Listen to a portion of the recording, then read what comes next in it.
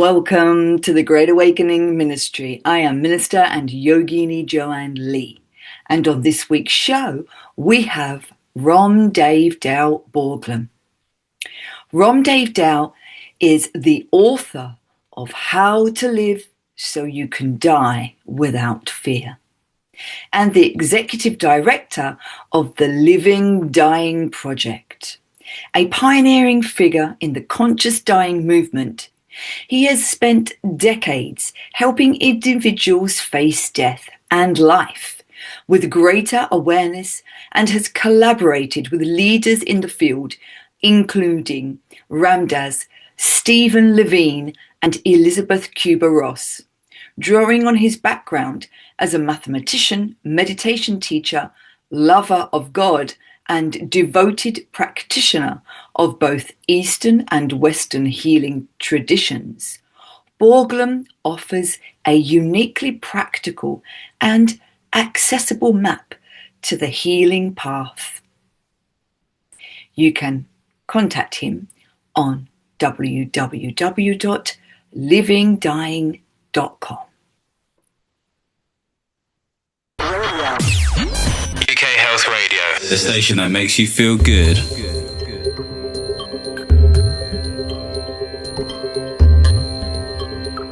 Oh, RamDev Dale, thank you for being on the Great Awakening show today.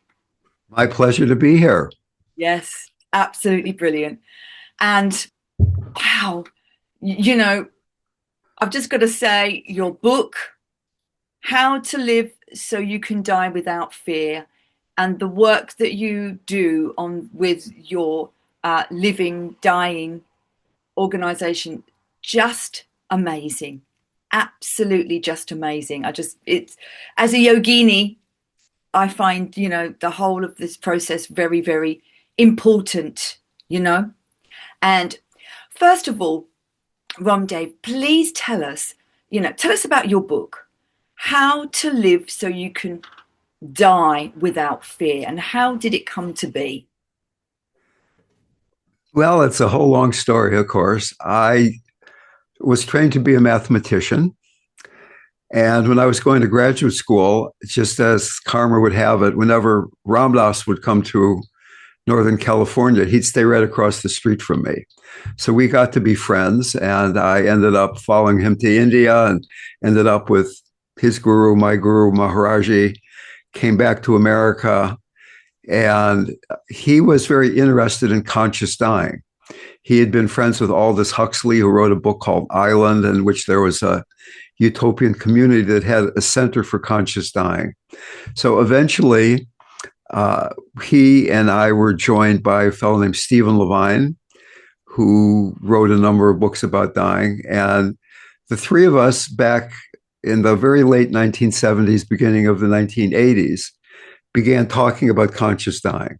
Mm-hmm. And what I mean by that is this was the first time where people in the West, at least, had tried to integrate the wisdom of the contemplative traditions into end-of-life issues like working with dying, grieving, caregiving, etc. There were books about conscious golfing and conscious childbirth and this and that, but there was very little conversation about dying at all at that point.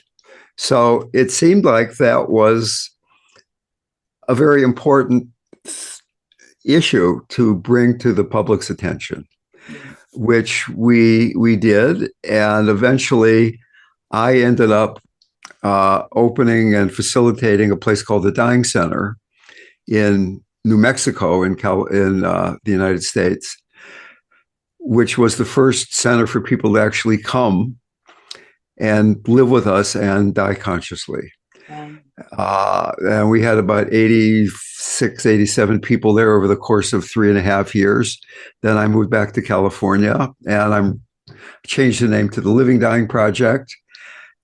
We have volunteers and clients all around the world. We have free of charge one-to-one support for people that would like to be supported in approaching death, grief, or caregiving. And we also have free of charge groups. So I wrote a book about that. And part of the book is my story. Part of it is my interpretation of the spiritual path. And I think I have a few things to say about that that I haven't really seen emphasized other places. My impression, having been a meditation teacher for 50 years now, believe it or not, is that there are certain things that people import from the East that don't really work too well in the West. We have to appreciate the psychological conditions of people here in the West. So there's my story, there's this overview of the spiritual path, and then the third part of the book is applying that to the encounter with dying, the encounter with grieving, and how it can be applied to caregiving. Wow. I mean, it's the most taboo subject, as you said. Back then, people just didn't want to talk about it. No Right. one wants to talk about it, but it's something that's inevitable. We're all going to die. And I truly believe, as a yogini, our whole life is gearing and preparing us for that moment of death. That moment that we pass over is so important for the soul's evolution. And, I think if you're scared to die, you can't truly live. Exactly. It's that that's what in your that's in the title of your book, isn't it? Exactly. The way we live kind of determines how we die. And in a way, the dark, dirty secret here, Yogini Joanne, is that if I teach a workshop about meditation, and then a few weeks later I teach a workshop about conscious dying, they're almost the same workshop. There are a few attitudes or techniques to be used right at the end of life, but almost all of it is bringing a meditative sensibility, a sense of compassion, a sense of embodied mindfulness, a tantric understanding that it's all sacred to the encounter with death. And we learn to do that by doing that right now. Here we are, you and I are talking. Can we remember that you're going to die and I'm going to die and we don't know when? Not as something that's morbid, oh my God, but does that encourage us then to see this moment as precious? That you and I will probably never see each other after this hour, right? You're in Britain, I'm in California. This is our opportunity, this moment. And my moment with the listeners, the viewers, this is the moment in which we can do this thing. And then the next moment and the next moment. Now, I could be saying, which is true, I'm having some major computer problems. And I've got to, when I'm done with Joanne, I've got to go and fix those things and thinking about that. But that just detracts from the ability to die into love, to die into this next moment. You that's so true. And that's what Ram does, be here now. Be here now. It's being, in the now moment, isn't it? In the present moment. And that's why it's so sacred. And people have to learn not to be so scared to die, because you're going on to the most miraculous, celestial, melodious, transition and higher evolutionary state of existence that we can't even fathom. It's the great, isn't it? It's the great limit state. It's the great unknown, but it's just the best journey that we could ever take, into that sacredness, into that peace, into that divine light and that divine love. That's what I believe. Well, I don't know if I've ever met anybody as excited about that journey as you. So congratulations. Not yet, though. Not yet. I've got a lot of living to do, But yeah. Maybe. Yeah, we don't know. No. Hopefully. Yeah, hopefully. Yeah, of course, of course. Wow. And I mean, it's just beautiful. And after decades of working with people um, who are who are dying, tell us What have they taught you about how to live? That is such a beautiful thing. Well, I get different messages from different people, of course, but it's hard to come up with something that isn't a little bit trite. Uh, I think some of the most important things I've learned are that it isn't about me coming in there and thinking I've got to be helpful and fix you and do something.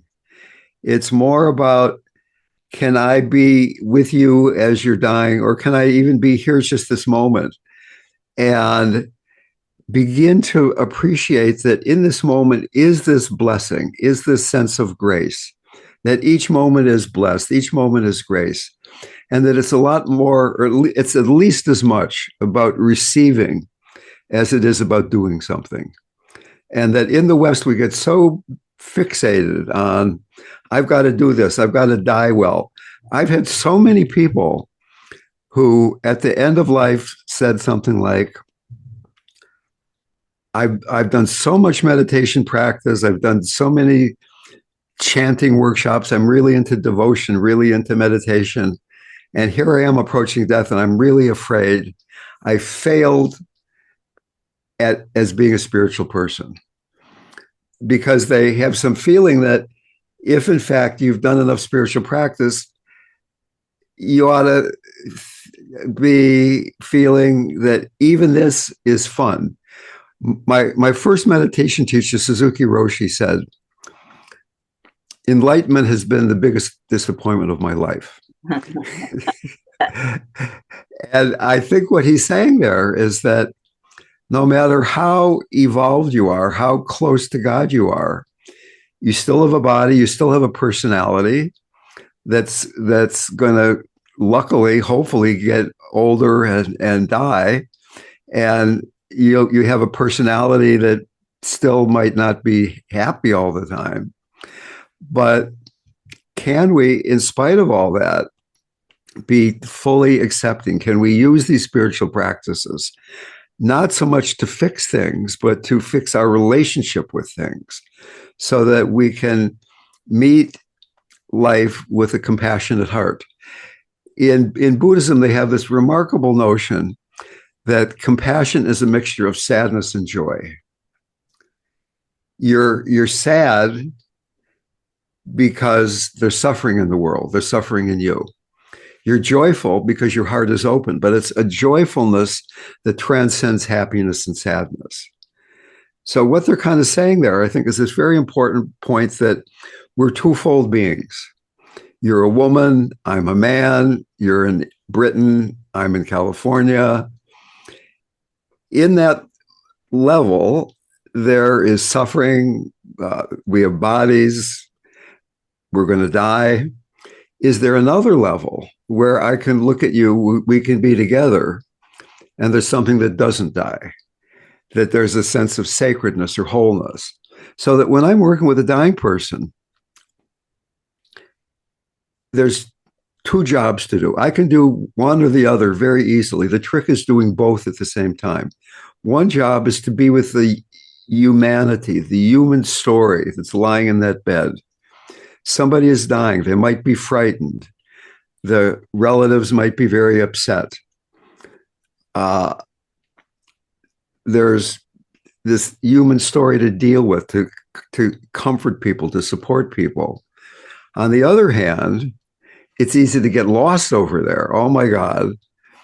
On the other hand, there is this dimension of consciousness, this wholeness, that living and dying are two sides of the same coin, and that we can be resting in the context of wholeness, of oneness. Can we do both at the same time? Can we not get so lost in the spiritual that we're not there in this human way with this human being? Can we not get so lost in the human story that we're not resting in the boundless context, if you will? Yeah. As the we are all human and we're all spiritual energy, aren't we? The soul consciousness. So, and of course, this body is material, it's physical, it will die and go back into, into the earth. But our soul goes on to the heavenly realms, to the different higher levels, wherever we go when we pass over our soul. And I think that for me is the consciousness continuing, and as a meditation teacher, and someone who's been a yogi and studied for many years, you know I think that's very important for people, because some people they think that there's just blackness, there's just nothing beyond this realm, but and I think it gives you that, well, for me, that the soul, it continues, and there is no such thing as death, really. It's just another different metaphysical or another multidimensional realm that we go into, the heavenly realms. And I think that's so important for people to know and to really embody, to really, feel it. Please tell us about how you feel of that, this life after death. Well, I have kind of two things to say. One is I don't care too much. Okay, right. And by that, I mean, what I want to do with my life and be able to share with other people is something very practical. How can we live now? Yes. To be more alive, more awake, more passionate, more loving, and that what happens later will take care of itself. Yeah. Now, I certainly have had the blessing to be with some of the greatest meditation masters of the late 20th century. I've been with the Dalai Lama when nobody knew him. I was in the room with the Dalai Lama with two of my friends and a translator. The 16th Karmapa, Anandamai, Maharaji, Kala Rinpoche, all these incredible beings. And they all said things that seemed to indicate that something survived death. I've taken a lot of psychedelics. I've been around a lot of dying people. I've gone very deeply into meditation. And in each of these explorations, it seems very clearly to me that there is something that survives death. I don't think it's quite as simplistic as this cartoon notion that there's a soul that goes hopping from life to life to life. The Buddha said that trying to understand karma and reincarnation are two of the things that can unhinge the mind, that can make you crazy, right? That it's a lot more complex than that. And here's another Buddhist story. And I'm really not a Buddhist, but I like to talk Buddhist because when I use words like Jesus and love, I have no idea what you're hearing because we each have our own childhood woundings or relationships with those words. But some man came to the Buddha and said, does reincarnation exist? And he said, well, if it does exist, how would you live your life? And the man thought about it for a minute. He said, well, because I would want a really good next birth, I would meditate a lot and I would study the scriptures and I'd be kind of an all-around nice guy. But if it didn't exist,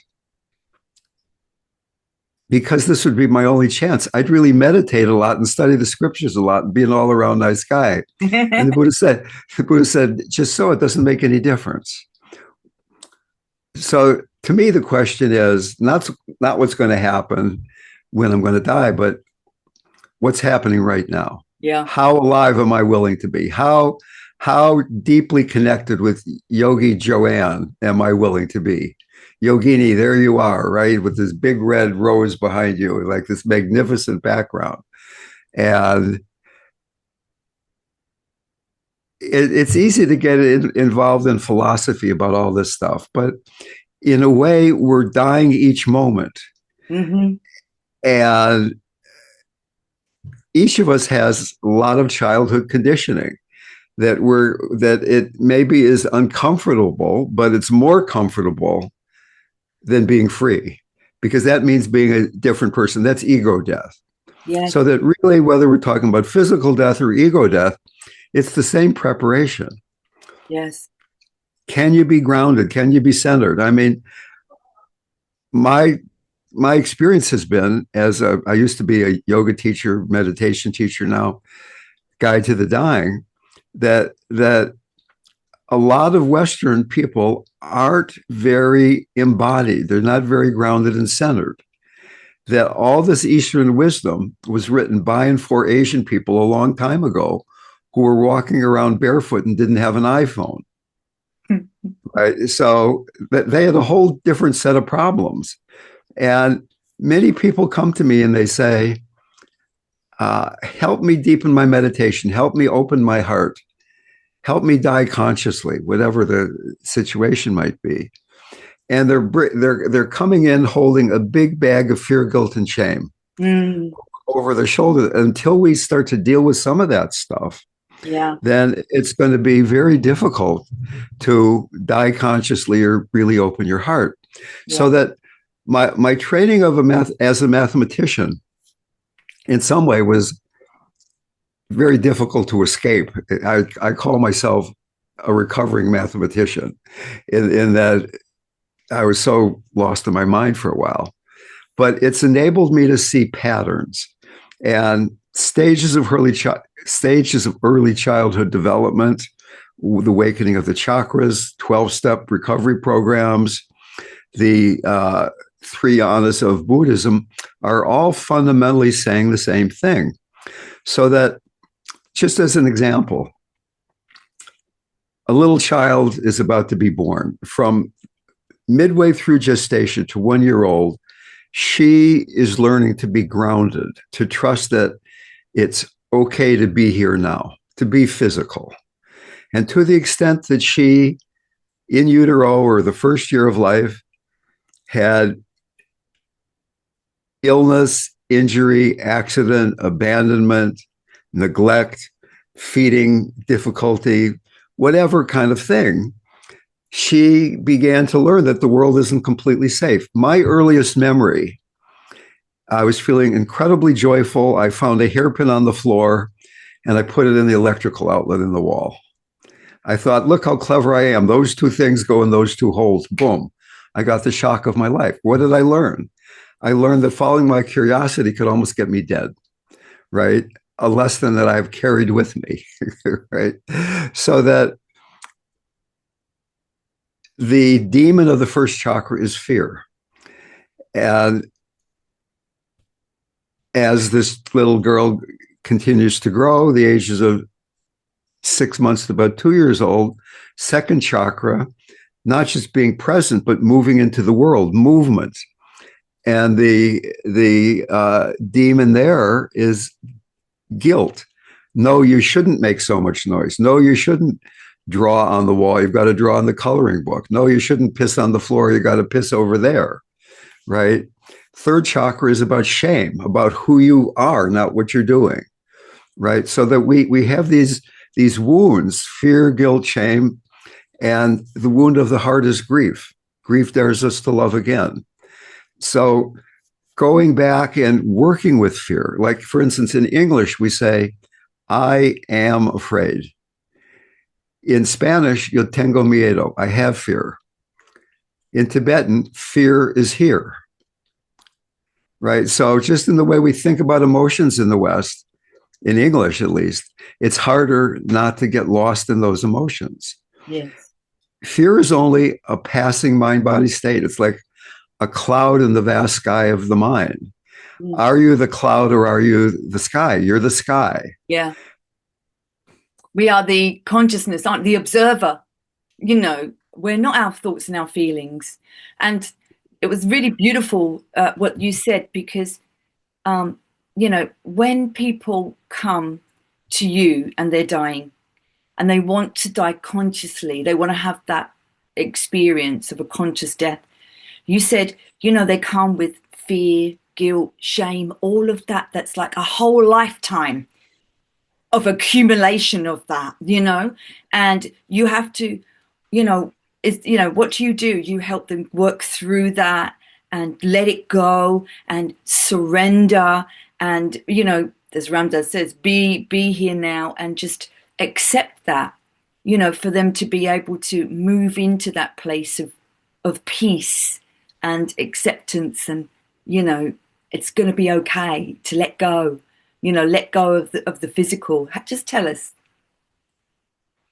Well, in the beginning of doing this work, I was living with Ram Dass. Stephen Levine was over on the other side of town, and I thought, I've got all this training, I've got all this knowledge. My job is to come in and really help people and say, here's the way to do it. Here's the way to die consciously.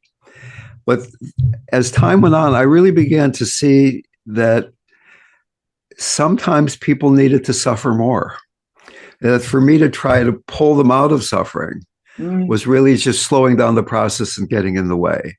And that really the best thing I could do was to come into the room with somebody who was dying, which is the situation we're talking about here.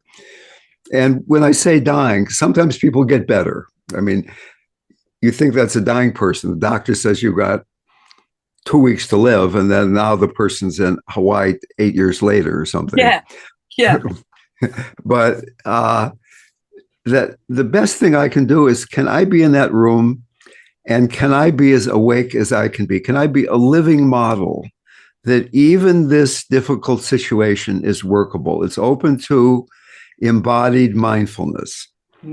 I can be grounded and centered, supporting an open, spacious heart. Yeah. And to the extent I can do that, maybe the person can begin to participate in that level of openness. Maybe they can't. Maybe it's just planting a seed. So the moment when they're actually dying, they kind of somewhere deep inside remember, yeah, there's this other way of being with even this. And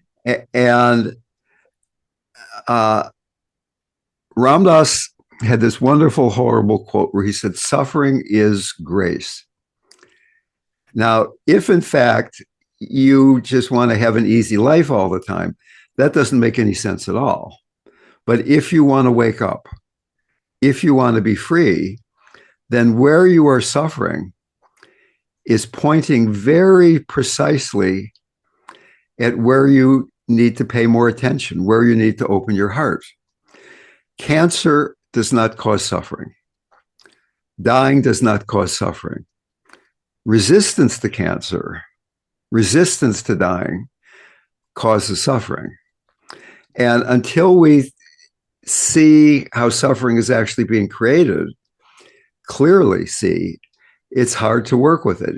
If I think that cancer causes suffering, we're blaming the cancer for how we're feeling, rather than saying, no, it's my relationship with these sensations, with these thoughts that's causing the suffering. Yes. So, yes, taking the responsibility of that, yes, that's fascinating. That's so beautiful. That's so beautiful. And holding space for that person, isn't it? So you're coming in, no judgment, you're just there to hold that place, and whatever, for them to be, for their true self to come out, their self to come out, and for them to instigate and help themselves. It's so fascinating. You must see exactly so many different ways where people come in, because it's all different. It's all an completely individual experience of the dying process, is it not? Yeah, it is. I've been doing a lot of podcasts to publicize the book. And so many people say, what do you tell the people who are dying? And it's completely individual. I mean, it's like I sometimes when people are new to this work, they would like to have a script. Here's what I should say when somebody is feeling such and such. And to me, it's just learning to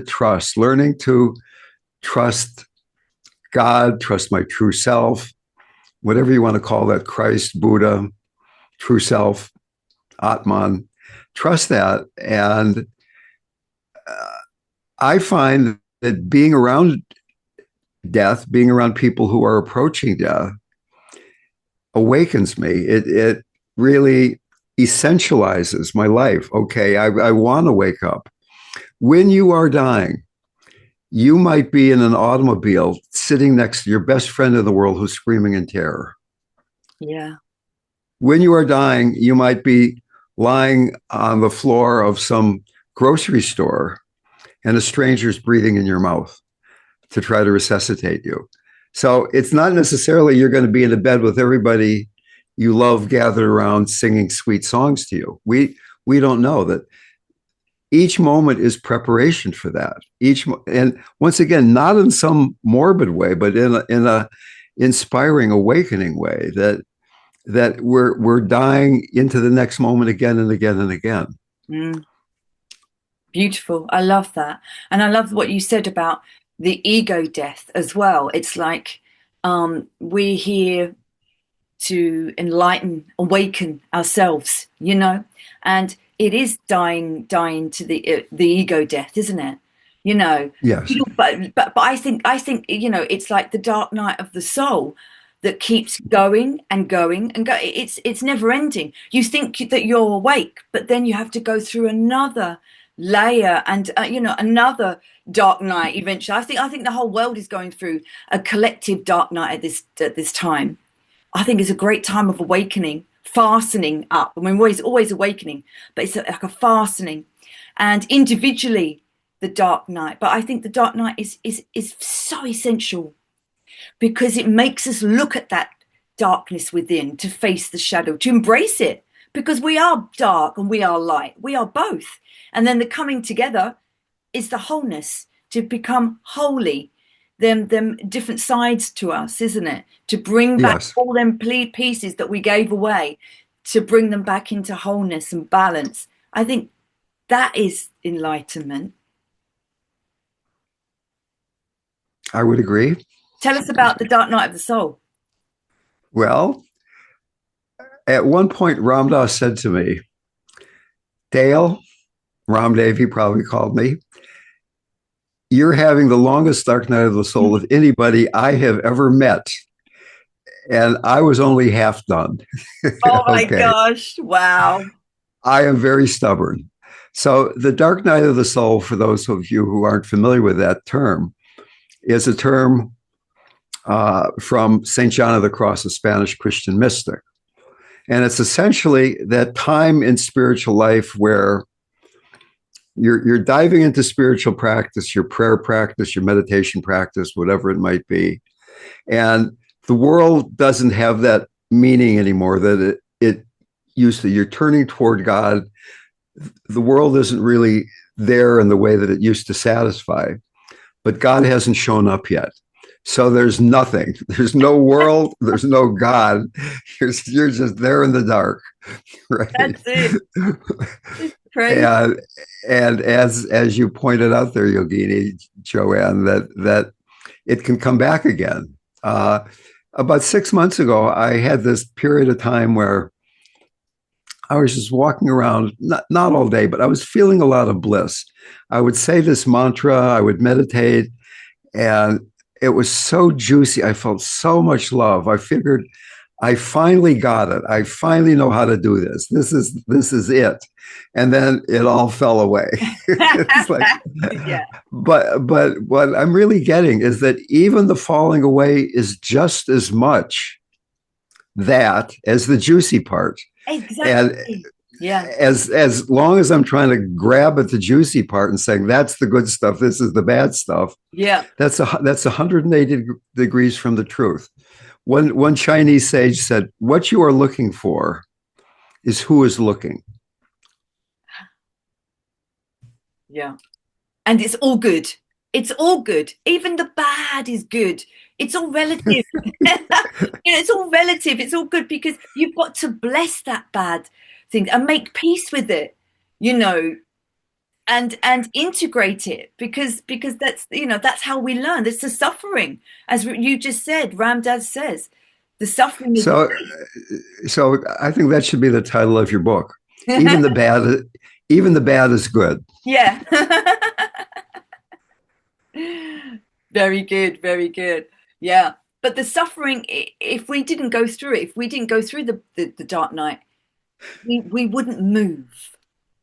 we wouldn't evolve. We wouldn't take that next conscious step. We'd stay in our place. We wouldn't evolve, you know. And it shifts us, it moves us, Yes. it forces us to a precipice, you know, to awaken. It forces us to change. It forces us to grow, to see within, to know thyself, Right. Yeah. But sometimes it can be quite, when you lose everything, the dark night of the soul, you lose everything. You lose it, your friends, the relationships, things like that, because you've outgrown that, haven't you? Exactly. Just begin again. And so the deeper fear of death, um, is that beneath many of our anxieties? Because that's what I was saying in the beginning when I said about, if we're really scared to die, how can we embrace to living, you know? Right. As a recovering mathematician, I have an equation. Mhm. All fear, all fear is essentially equal to fear of death. Yes. And fear of death is exactly equal to the place you are not enlightened. Because fear of death is the place that you or I are lost in the illusion of separateness. So that, just as an example, the New York Times did a survey a number of years ago. What are you most afraid of? Number one was speaking in public. Number three was dying. The part of me or you that would be afraid of speaking in public is the place where I feel I'm separate from those people out there. I might get embarrassed if I don't do this well enough. And that's the place that's going to be afraid of dying, that I think I'm separate. I'm not one with God. I'm not one with reality. If you're one with God, one with reality, one with true self, you're not going to be afraid of speaking in public. You're not going to be anxious, right? You're not going to be, yeah. And there is no fear of death, because you're in the oneness. You're feeling that, unity, that state of being where. So, Mm. so in the book, I put together this healing paradigm. And in it, I talk about something that I call the tantric three-step. In America, we have this dance called the country two-step. It's like a cowboy dance. So this is not the country two-step. It's the tantric three-step, and it's a way of working with any emotion, any experience, but particularly difficult emotions. So suppose you're afraid. Almost always, when people experience a difficult emotion, let's take fear in this example. As soon as fear arises, one begins to look out and blame the trigger. I'm afraid because he did that. I'm afraid because this might happen. One is fixated on the trigger, and very rarely does one actually feel in your body what it is like to be afraid. One is not mindful of the fear. One gets lost in the object. Okay, so the first step then is, at least for a few moments, can you let go of, like right now, think of something you're afraid of. Think that Donald Trump might rule the world, something like that, or I don't know what the parallel thing over there is in Britain, but the Russians are coming. I mean, who knows what it might be, something, right? And instead of blaming the Russians or Donald Trump or whatever it is you want to blame, what does it actually feel like in your body? Let go of the narrative, let go of the story, let go of conceptualizing it. What does it feel like in your body? Particularly, can you be grounded and centered? Can you drop down, inhabit the torso, and feel what it's like to be afraid? That's the first thing. And then the second thing is, then, can you feel compassion for she who is afraid? How you're feeling suffering. Studies have shown, not too surprisingly, that increased mindfulness leads to increased well-being, better sleep, better relationships, better health, the obvious things. But that if you add compassion, it deepens and speeds up the movement into well-being. And then the third step of the tantric three-step is tantra.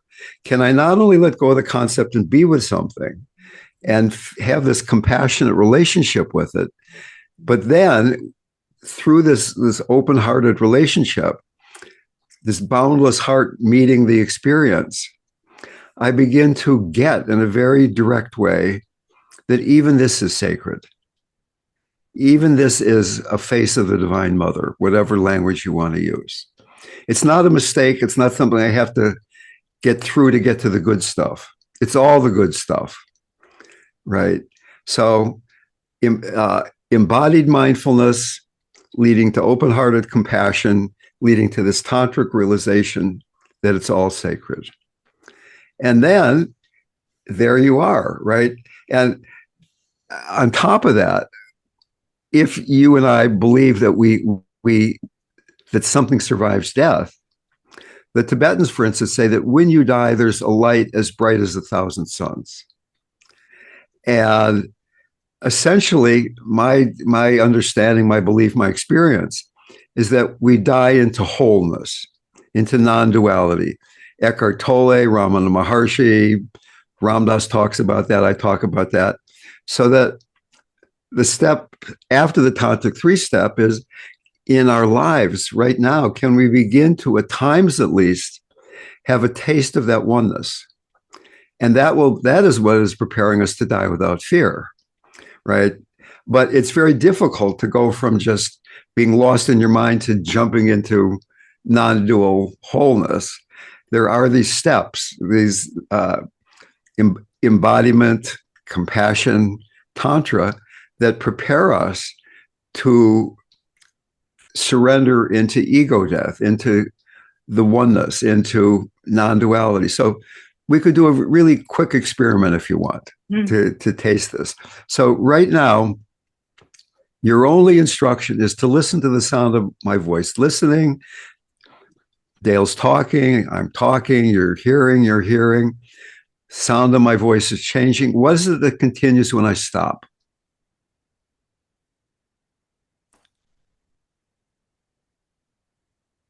In that gap, do you notice a sense of aliveness, of pure awareness, of beingness that's easier to notice in the gap, but in fact is always there even when I'm talking? It's not something that you can create. It's not something you can stop. It's unborn. It's undying.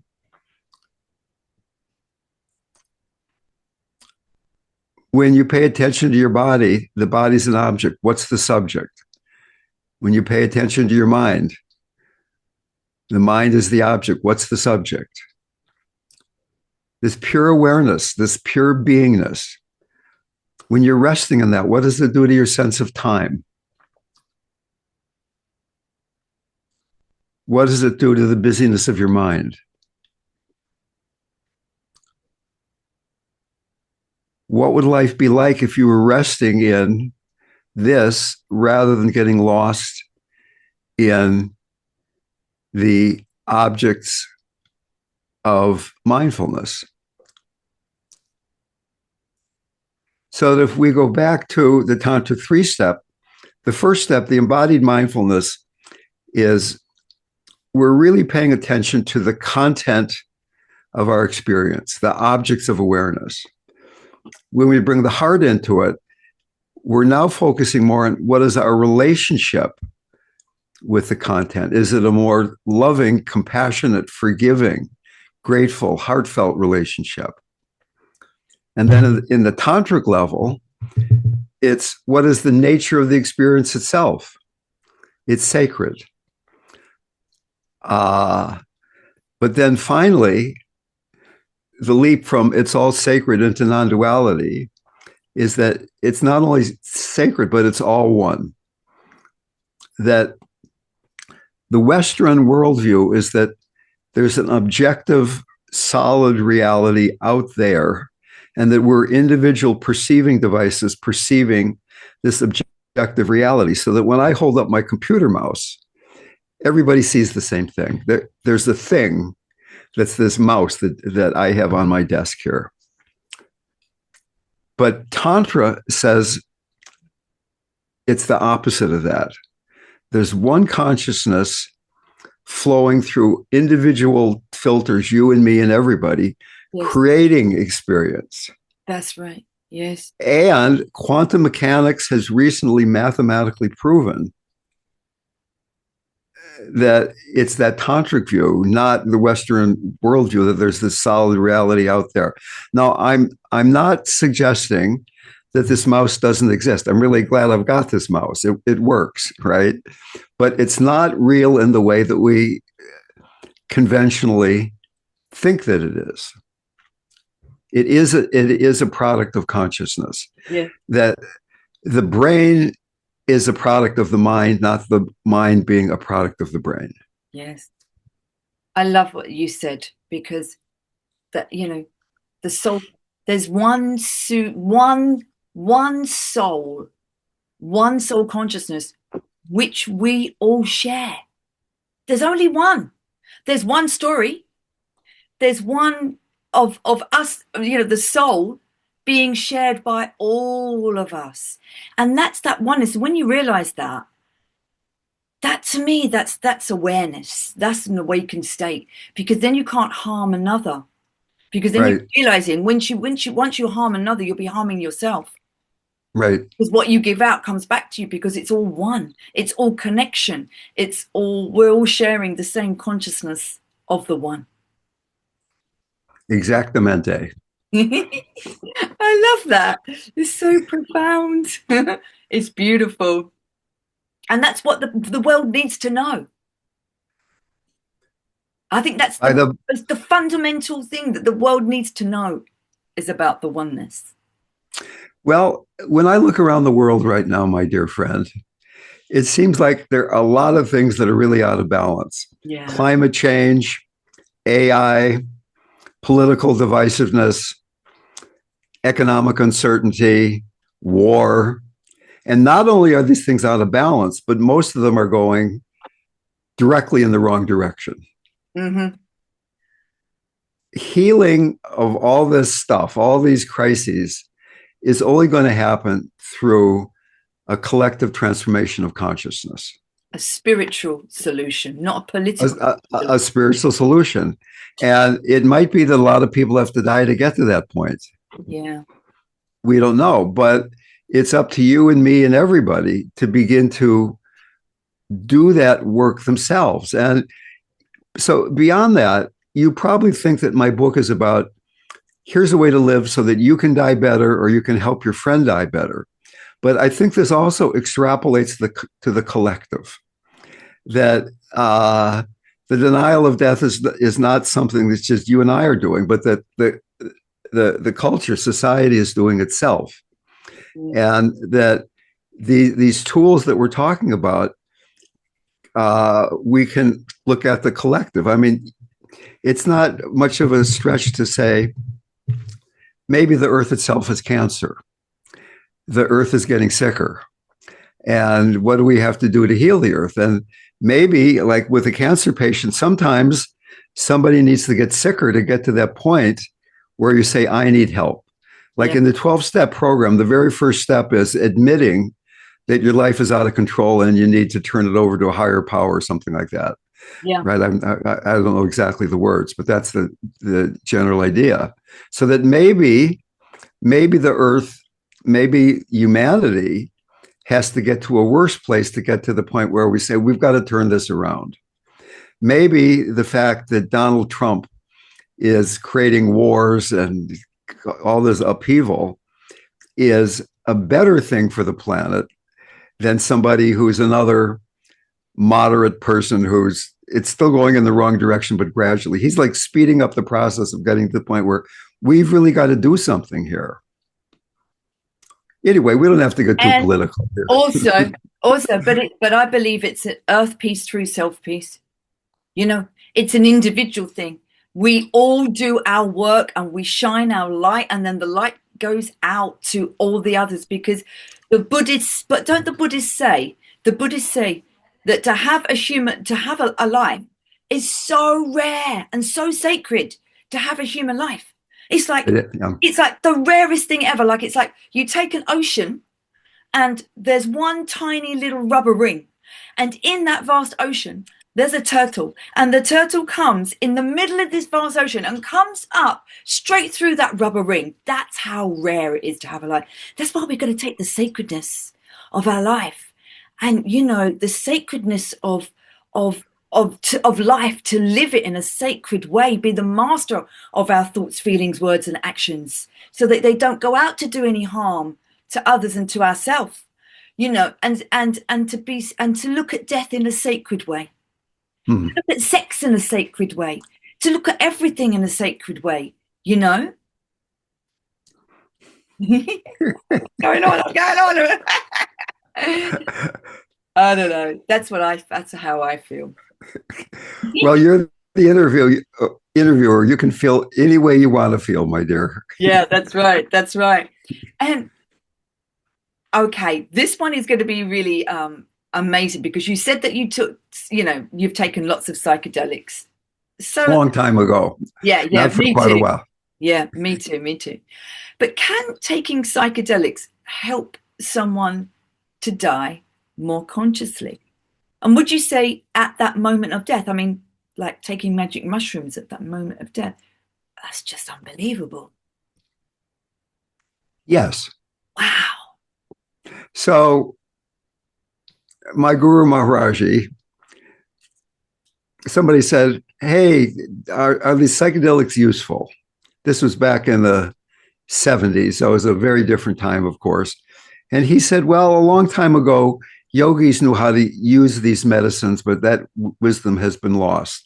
But he said, if you don't have faith in Christ, taking psychedelics allows you to go into the room with Christ for a few hours, but then you've got to leave, and then you've got to find out how to do it on your own. Yes, that's right.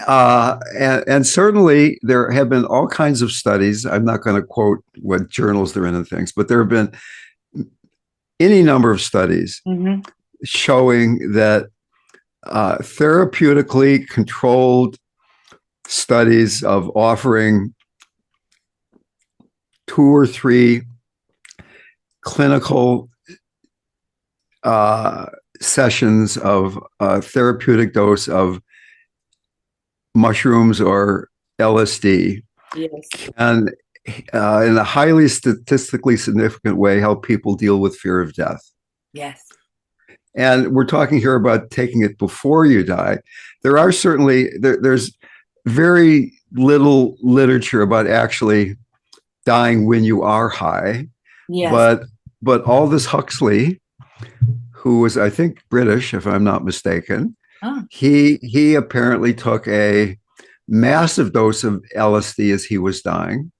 And his last words were, "I have the answer." And then he died. Oh my God, that's crazy. And I want to, because I've been studying and been a Kundalini yoga teacher for many years, studying the effects of the sacred secretions within Christ consciousness, within raising the Kundalini, but for the DMT, yes, the DMT in the brain.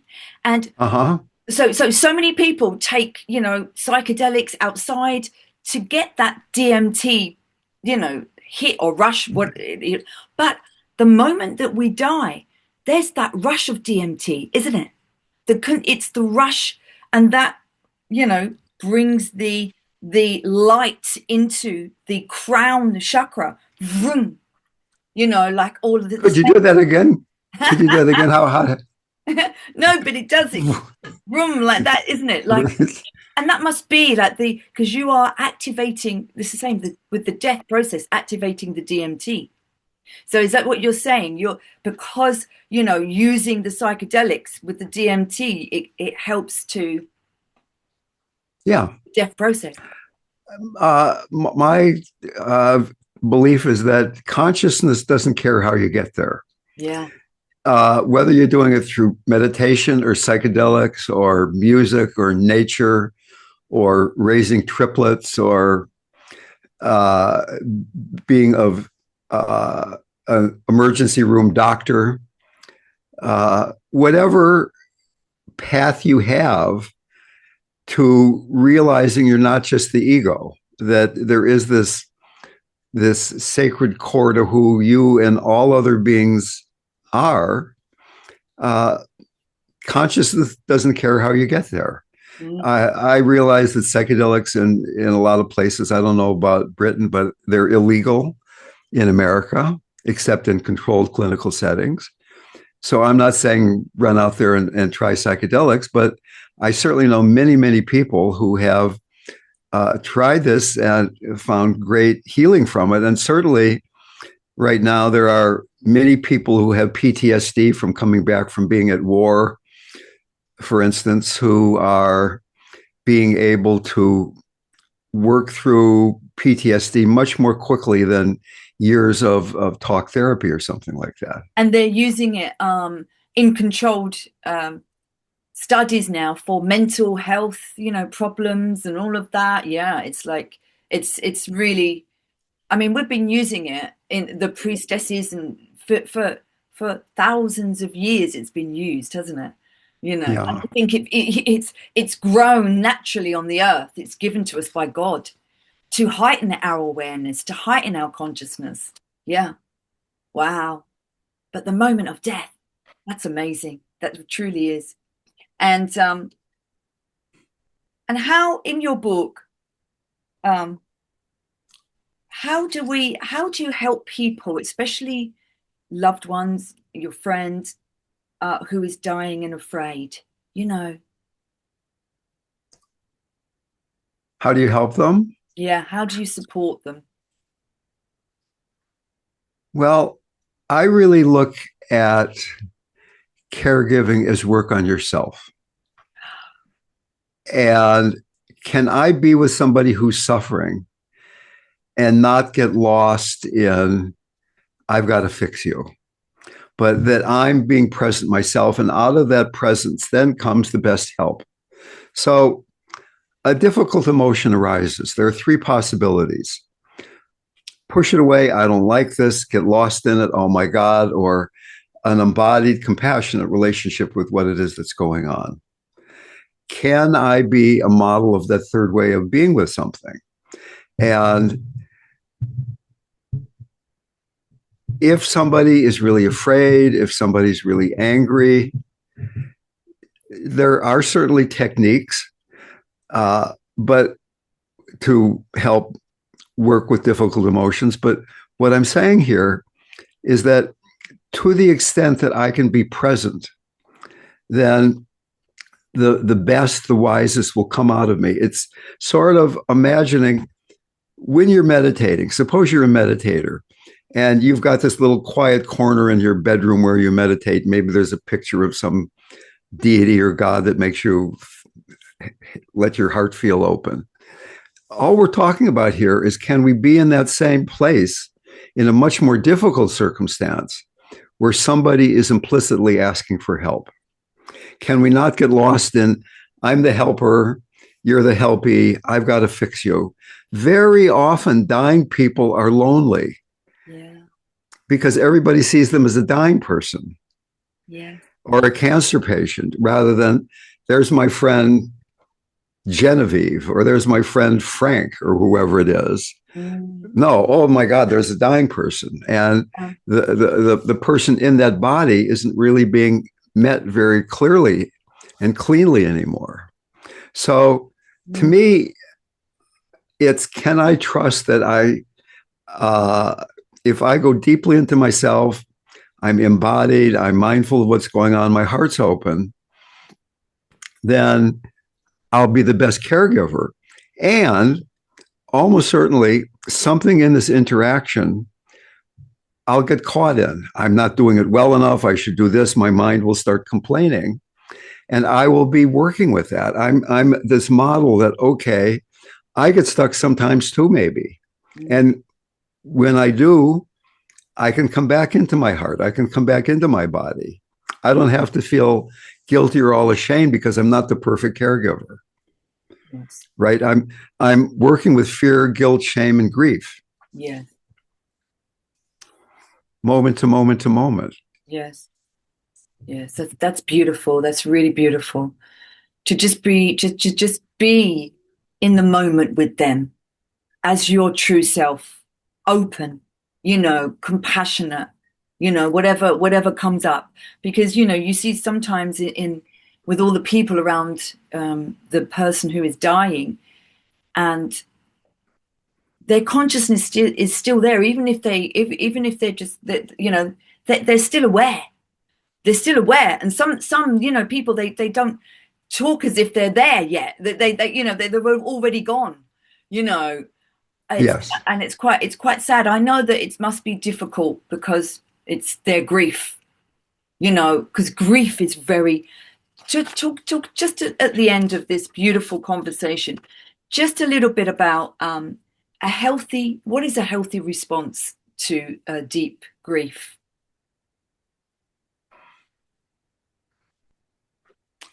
Well, that's a whole long discussion, but grief is traditionally a community event. Grief is not something that traditionally people have asked to bear alone. And yet we have lost that tradition to a large extent in the West.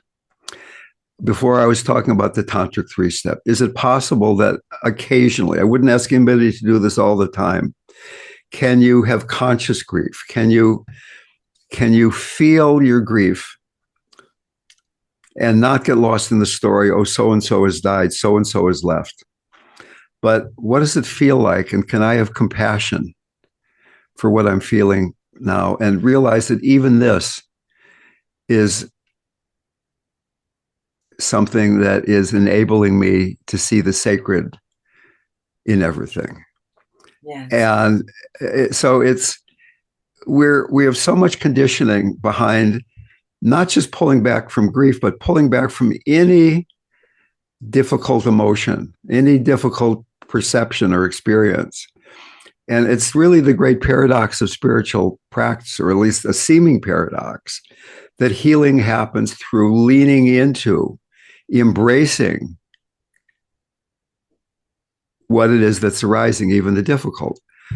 Now, we have to be very careful here because if I have a client, say, who has had severe sexual abuse when she was much younger, and I say, just lean into that, that might be too much, right? I mean, there are some people who have much less supportive early childhoods than other people do. Some people have much more trauma than other people do.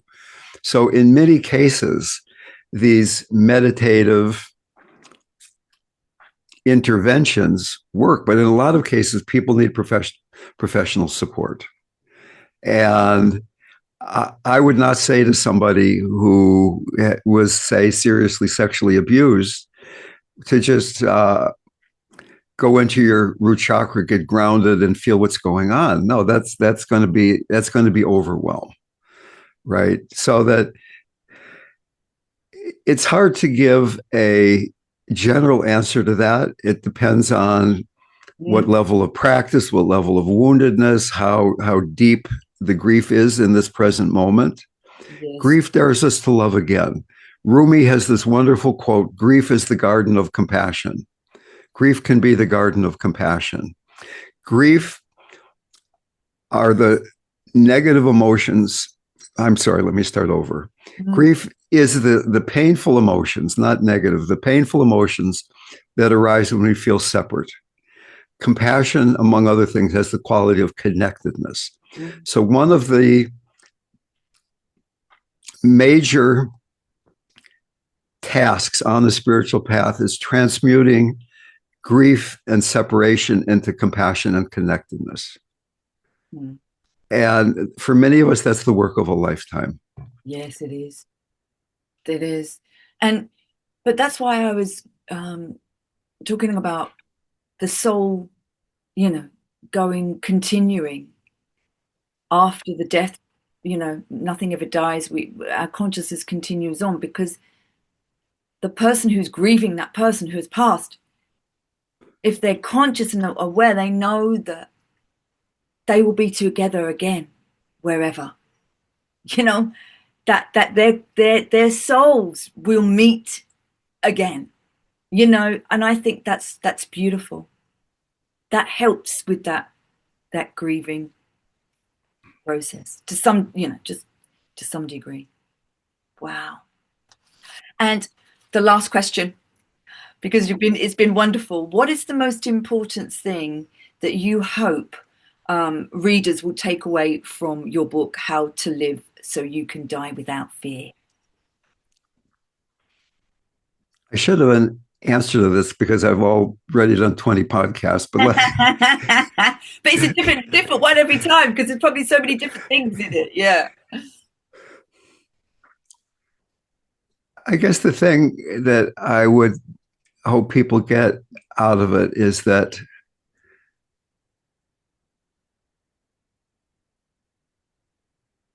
death and grief are not the enemy, that without them, the heart would not deepen, the heart would not be nearly so available.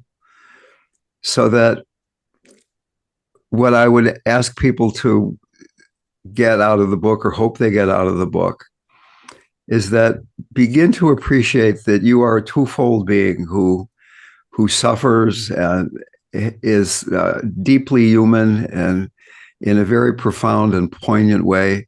And at the same time, you are perfect exactly the way you are. There's this wonderful short poem by Hafiz where he says something like, in the eyes of your beloved, everything you ever do, think, or say is always, always beautiful. Uh-huh. So we're perfect, and there's still some room for improvement. They're both true at the same time. Yeah. And the fact we're going to die only emphasizes that point. Wow. Absolutely wonderful. Yes, and it truly does. And is your book available now? It is. Where all books are sold. All good books are sold, I think, is the quote you're supposed to use. It's available on Amazon and Barnes & Noble, and I don't know what kind of websites you have over there, over the pond there, but it's not hard to find. And I would like to say, though, we have a website. The Living Dying Project has a website, livingdying.org. There is a lot of free material, lectures, guided meditations, one-to-one free of charge support, free of charge group support. The most complete site on the internet about conscious dying. Wow. Check it out, livingdying.org. Beautiful. Do you have centers around the world? No, but we have volunteers all around the world. So you can find out. Wow, that is wonderful. Absolutely wonderful. Honestly, it's just RamDev Dale, it's such a beautiful work, sacred work that you are doing, because more people need to, take away that fear of death, so that they can truly live now. Yes. Now moment, and not be scared, and to consciously, pass over is such an honor, isn't it? It's an honor, for what is there to come next is such an honor, to honor that, being conscious and aware of that in that passing. So thank you for all of your work and all of the people that you have helped so much to consciously pass over. Thank you for being on the Awakening Show. And thank you for what you do so much. It's been a pleasure. Lovely. Absolutely.